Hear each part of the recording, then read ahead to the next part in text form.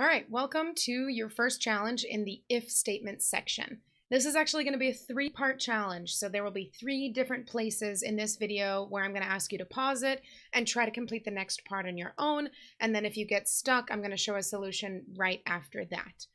Okay, so in this challenge, what I'd like you to do is imagine that you are creating like a Pokemon game, and your first part of this challenge is going to be opening up your script. And what I'd like you to do is make it so that, here, I'm going to empty this out real quick, is make it so that every time you hit the space key, you collect like 5 Pokemon, right? So every time you hit the space key, Pokemon goes up. So right away with this challenge, you know that you're going to need a Pokemon variable since you're counting something that's going up. And you might need to do a Google search to see how do I detect the space key? But it reads kind of like an if statement, right? So you're going to say something like, if space key pressed, Pokemon goes up by 5 every single time you press it. Okay, so that's your first challenge in this video. So go ahead and pause the video here, try and complete this part of the challenge on your own. And if you get stuck, I will show you how to solve this in just a sec. All right. Hopefully you figured this out on your own. Otherwise, I'll show you a solution right here. So we need to create a variable for how many Pokemon we have, right? And what kind of variable is this? It's probably some kind of number since our Pokemon is going up by 5. So I'm going to use an integer and I will say private int Pokemon, and by default it's going to be set to 0 at the beginning. Now we need to figure out how to detect if the space key is pressed. And the way to do that is we're going to open up our if statement. In order to detect if the space key has pressed, we're using our input manager. So we're going to type in capital I input, and then you say dot, and there's actually 3 different ways that we could detect a key.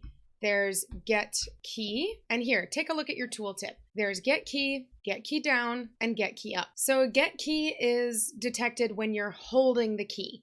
Get key down is the moment you press it down, and get key up is the moment that you release that button. So for us, let's use get key down, and then open up parentheses again, and you can see in your tooltip, it's looking for a key code of type key. And all of these options we have are all the keys on our keyboard. So I can say keycode dot space.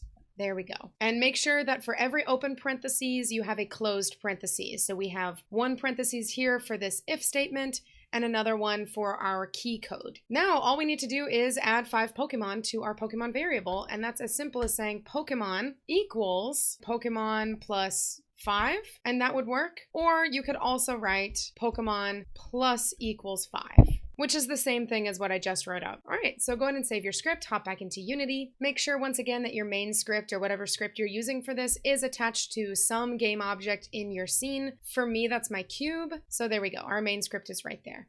And let's go ahead and hit play. Oh, and I realize because our variable is private, there is no way to actually see that information. So hop back into your main script again real quick and make sure that your variable is serialized so that we can see it going up in the inspector. Okay, so now on our main script that's attached to my cube, Pokemon the variable is available and you can see that it's starting at 0. So let's go ahead and hit the play button and make sure that your mouse is within the game window so that it's detecting your input, and let me hit space. 5, 10, 15, 20. Perfect. It's going up by 5 every single time we hit space. This is exactly what we wanted. Awesome. Okay, so your next part of this challenge, go ahead and go back into your main script. Now that we're able to actually make this number go up, the next part of your challenge that I'd like you to do is make it so that if your Pokemon collected amount is greater than or equal to, let's say 30, then I'd like you to print out a message, something like go see Professor Oak, whatever you want your message to be. So if your Pokemon collected amount is greater than or equal to 30, print out some sort of message. Okay, that's your challenge. Go ahead and pause the video again real quick and try to complete this part on your own, and I'll see you in a minute.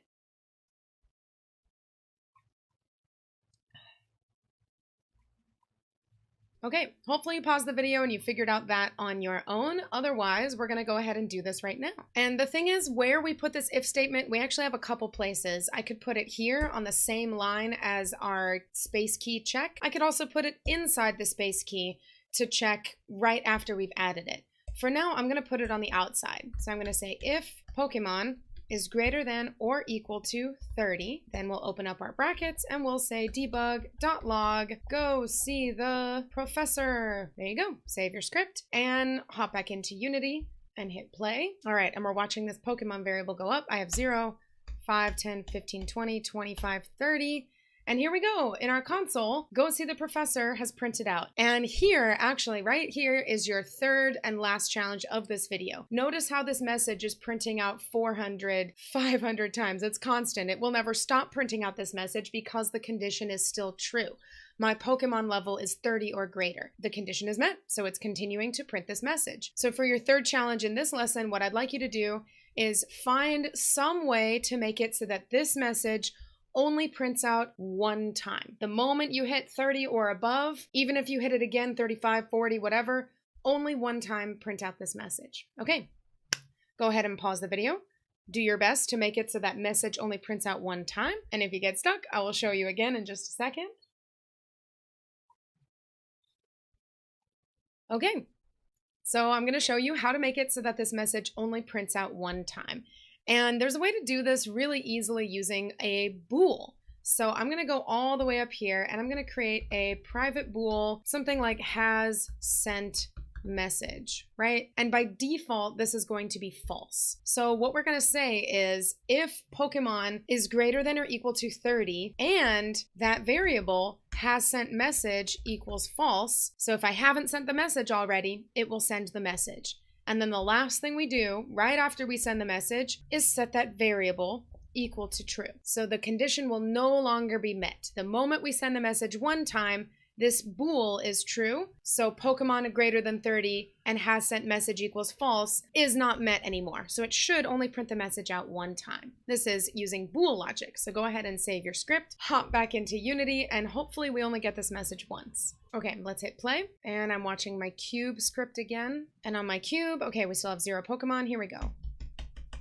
30, 35 Pokemon. Go see the professor, print it out, and let's see how many times. One time. Perfect. Okay, awesome. Okay, so that was your 3-in-1 if challenge, and you also learned a little bit about bool logic.